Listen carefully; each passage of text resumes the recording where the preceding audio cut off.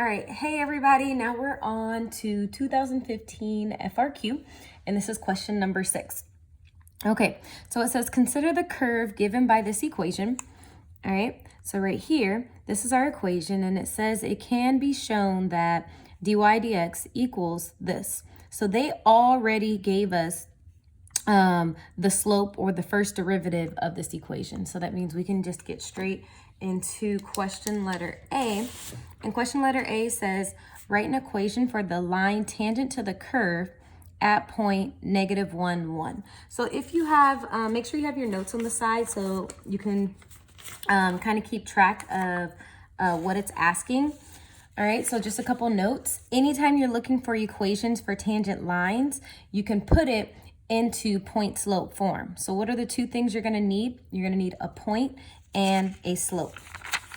Sometimes if the point is given, then that means if the point's given, you can substitute it into the derivative and look for the slope, all right? And sometimes it can go the other way around. So sometimes they can give you the slope, you have to plug in the slope and look for the point. So they work back and forth, but you always need a point and a slope, all right, when you're making your equation. So let's look at what they gave us. It says write an equation for the line tangent to the curve at the point. So they gave us the point, but they did not give us the slope, which means we need to find the slope. So let's look at letter A. Usually we would take the derivative and find something like this, but they already gave it to us. So let's start there. dy dx equals y over 3y squared minus x. All right, and they want to know what is the tangent line that goes through this point. So right now, let's substitute this into here. dy dx equals 1 over 3 times 1 squared minus -1. And that's going to give you 1 over 3 plus 1, which gives you 1 over 4. Okay, so now we have our point, now we have our slope, and now we should be able to work from there to make our tangent line. So we're going to say y minus 1 equals the slope all over x minus -1. And then lastly, if you want to clean that up, y minus 1 equals 1 over 4 times x plus 1. Okay, so this question, it says, is worth 2 points. So this right here is our tangent line for the original function that goes through point -1, 1. Okay, so let's move on to the next one. It says, find the coordinates of all points on the curve at which the line tangent to the curve at that point is vertical. So I have this curve and it says, where are the points? So now we're looking for the points. And again, they're now asking us for another tangent line. So you go back to, what do I need to know for a tangent line? I need to know a point and a slope. So right now, it says find the points. So it doesn't give us the points, which means we must be given the slope. Well, how do we know we can find the slope? We'll put this in your notes. So anytime you have horizontal tangent lines, we know every horizontal tangent line, the slope is going to be 0. So that means that's the given piece of information. So if I was looking for the horizontal line, I could take this, plug in 0, and solve this equation. So multiply the denominator to both sides, and then you'll see what y is going to be. But they asked us for the vertical tangent line. So that means you could have a function that looks something like this, and you can have a vertical tangent line. And so when you're looking for vertical tangent lines, that means right here, what do I know about my slope?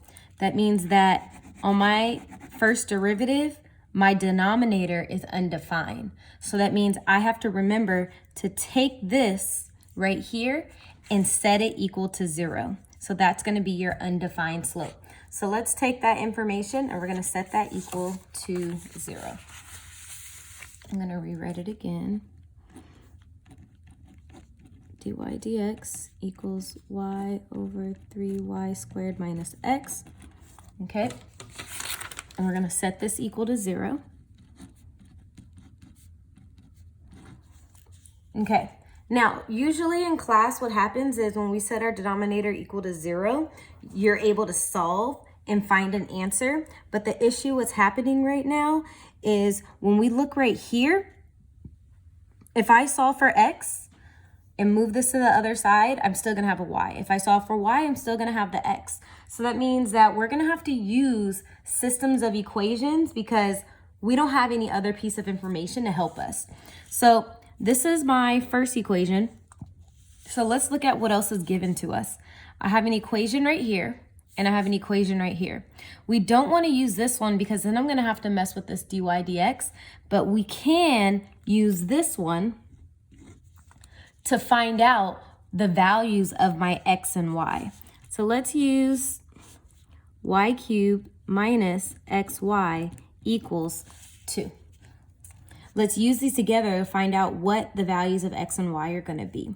So, of course, if you look, you can't use elimination, but the easiest one would be substitution. So if I take this and I add x to both sides, you're going to see you have 3y squared equals x. So now I isolated my x and I can substitute that in for my x, and now I can start solving. So we're going to say y cubed minus 3y squared times y equals 2. We're going to say y cubed minus 3y cubed equals 2. All right, so now if you're looking like I'm not sure what to do, these are like terms, right? So I have a y cubed and a y cubed. There's imaginary 1. 1 minus 3 is going to give you negative 2. Y cubed equals 2. And now I can divide both sides by negative 2. So y cubed equals negative 1. And lastly, take the cube root of both sides. So what number can you multiply 3 times? That's the same to get me back to negative 1. It's negative 1. Negative 1 times negative 1 times negative 1 is going to give you back negative 1. Oops, this should be y equals negative 1.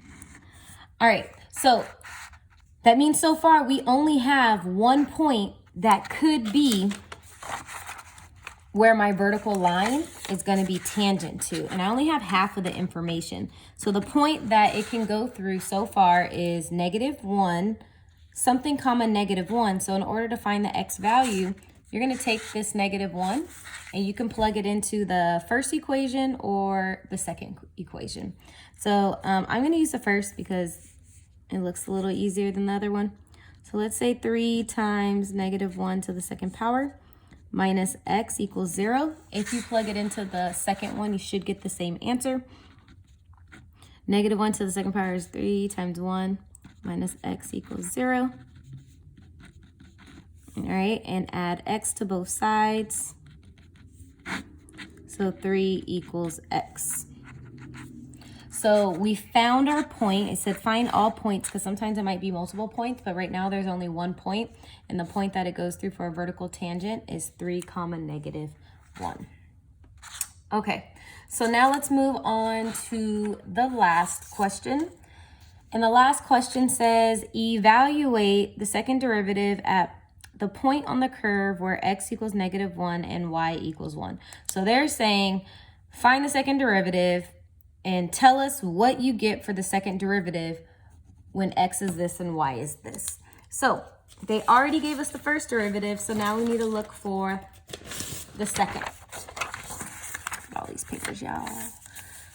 Okay, so our first derivative is dy dx equals y over 3y squared minus x.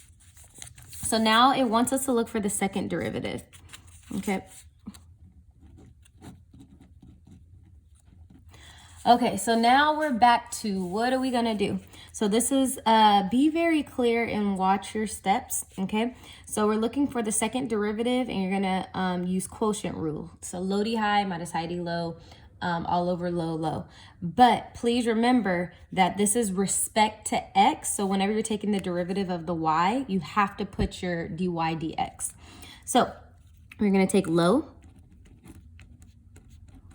times the derivative of the high, which is going to be 1, but because it's with respect to x, it's dy dx, minus the high and multiply it by the derivative of the bottom. So do your power rule. 2 times 3 is 6y dy dx, okay, minus 1. All right, and put all of that over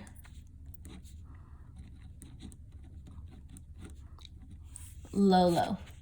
Okay, so now what would usually happen is they said evaluate for when x is -1 and y equals 1, which is the same point we've already been working with, -1 and 1.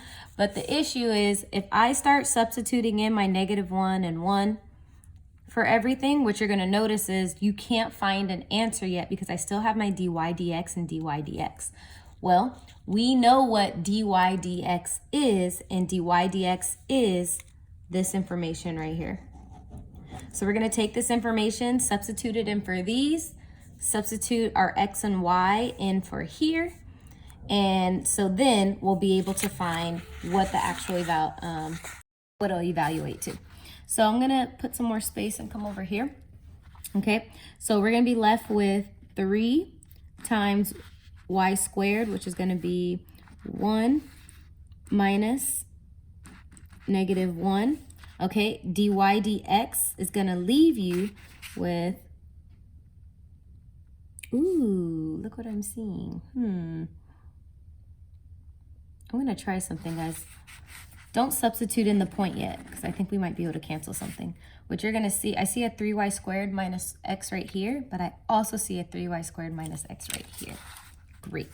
All right, so don't plug in your points yet. Let's just try 3y squared minus x times, we're going to substitute dy dx with this, y over 3y squared minus x right here, minus y times 6y times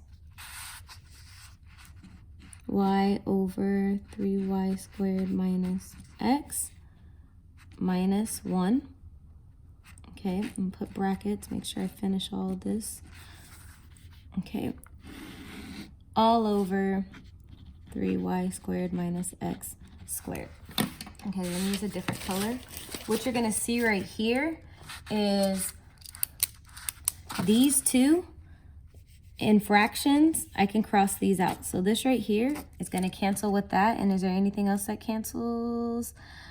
No, but as you're working, make sure you finish this, multiply all this first, subtract that before you deal with that. So be very careful as you're working this out. If you're doing it on the test, on the computation, make sure you're keeping your parentheses correct. Okay, so we have y minus y, multiply it. I'm just going to multiply these already. Y times y is going to give us y squared. So 6y squared over 3y squared minus x minus 1. Okay, so it looks a little prettier on how I can start substituting in. Okay, so now let's take our point, -1, 1, and let's substitute it in. So my y is going to become a 1 minus 1 times 6 times 1 to the second power is going to give us times 1, all over 3 times 1 to the second power, which is 1, minus that x is going to be a -1 minus 1. Okay, all over 3 times 1 minus -1 to the second power. Okay, so if you were doing this video, I would say stop the video, see if you can do the computation first, and then check to make sure, check for your errors. Okay, so now we're left with 1 minus 1.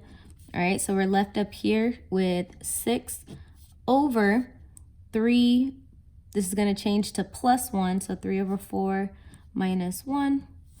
Okay, let's already figure this out right here. So that's going to leave you with 6 over 4 minus 1. Well, 6 over 4 minus 4 over 4 is like saying 2 over 4. Hold it. It's like saying 2 over 4, which is 1/2. Okay, so this inside right here, I just finished it. This right here is really 1/2. So we're going to say 1 minus 1 times 1/2 all over 3 plus 1 to the second power. All right, and lastly, we're left with 1 minus 1/2 all over 4 to the second power, which is 16. 1 minus 1/2 is 1/2 over 16. And then if you have 1/2 divided by 16, that's the same as 1/2 times the reciprocal, which is going to give you 1 over 32. That is the second derivative when you are going through the point -1, 1. Okay, so that's the end of FRQ question number 6. And that's it.